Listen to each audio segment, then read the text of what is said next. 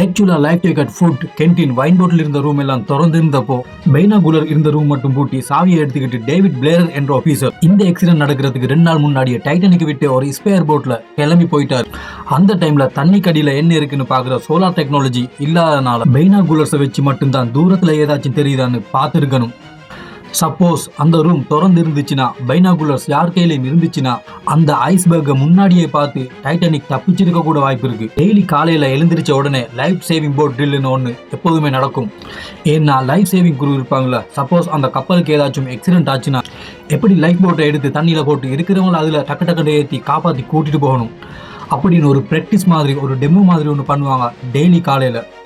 ஆனால் ஆக்சிடென்ட் ஆன அன்னைக்கு காலையில் மட்டும் கேப்டன் ஜே இஸ்மே அந்த ட்ரில்லை பண்ணவே நான் கேன்சல் பண்ணிட்டாரு. இதனால தான் அன்னைக்கு டைட்டானிக் இடித்த உடனே 5 நிமிஷத்தில் போட்டில் ஏற்றிருக்க வேண்டிய குரு 40 நிமிஷத்துக்கு மேலே ஏற்றி சொதப்பிட்டான்.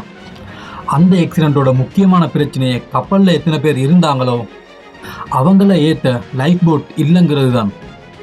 ஆனால் ஃபெஸ்ட் போன பெஞ்ச் 10 லைஃப் போட்டில் இடம் இருந்தும் பாதி பேர் மட்டும்தான் உட்காந்துட்டு போனான். 65 பேர் போக வேண்டிய லைஃப் போட்டில் வெறும் 25 பேர் தான் போனான். அன்னைக்கு நைட் லைஃப் போட் இல்லாத ஒரே காரணத்தால் 1500 பேர்கிட்ட செத்து போனான். இதெல்லாம் பார்த்துட்டு அப்போ 2012 கேப்டன் ஜே இஸ்மேவோட பழைய ரெக்கார்ட்ஸ் எல்லாம் எடுத்து பார்க்கும்போது அவரோட ஃபர்ஸ்ட் நேவிகேஷன் எக்ஸாம் கேப்டன் ஆகிற எக்ஸாமில் ஃபெயில் ஆகிருக்காரு. ஆக்சிடென்ட் ஆகி டைட்டானிக் மூழ்க ஆரம்பிச்சோடனே நிறைய ஃப்ளேர் கன் அடிச்சிருக்காங்க. பப்ஜியில் வரும்ல அந்த மாதிரி ஃப்ளேர். சப்போஸ் அந்த வழியாக போகக்கூடிய கப்பல் ஏதாச்சும் வந்து இங்கே இருக்கிற ஆளுங்களத்தையும் அந்த கப்பலில் கூட்டிகிட்டு போய் காப்பாற்றுவாங்கள்ல, அதுக்காக. அதுக்கப்புறம் இன்வெஸ்டிகேஷன் மேப்பை போய் பார்க்கும்போது டைட்டானிக் ஆக்சிடென்ட் நடந்தப்போ டைட்டானிக்கு கொஞ்சம் பக்கத்தில் தான் த கலிஃபோர்னியா என்ற ஷிப் போயிட்டு இருந்திருக்கு. இங்கே அடித்த ஃப்ளேரை கண்டிப்பாக அவங்க பார்த்துருக்கணும். ஆனால் அந்த கலிஃபோர்னியா கப்பல் ஹெல்ப் பண்ணலை.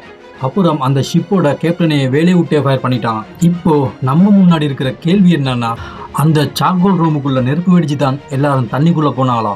ஏன்னா டைட்டானிக்குள்ள இருந்த ரூமால தான் தண்ணி வந்துருச்சுன்னு தெரிஞ்சா வெயிட் ஸ்டார் லைன் கம்பெனியோட பேரு தரமட்டமாயிரும். அந்த கம்பெனியோட சீஃப் எக்ஸிகியூட்டிவ் யாரு?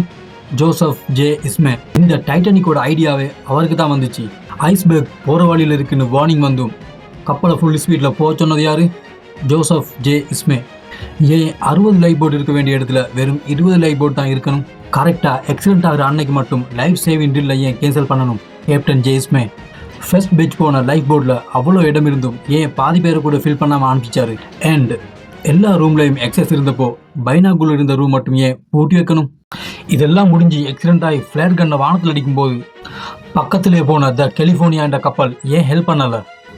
எப்படி 100 வருஷத்துக்கு மேலே டைட்டானிக் தண்ணிக்குள்ளே தான் இருக்கும். அதே மாதிரி அன்னைக்கு என்னதான் நடந்திருக்குன்றதும் யாருக்கும் தெரியாம உள்ளே தான் இருக்கும். உங்களுக்கு அன்னைக்கு என்னதான் நடந்திருக்கும்னு தோணுதோ மறக்காம கமெண்ட் பண்ணுங்க. அடுத்த ஒரு புது வீடியோவில் சந்திக்கும் வரை பாய் பாய், see you.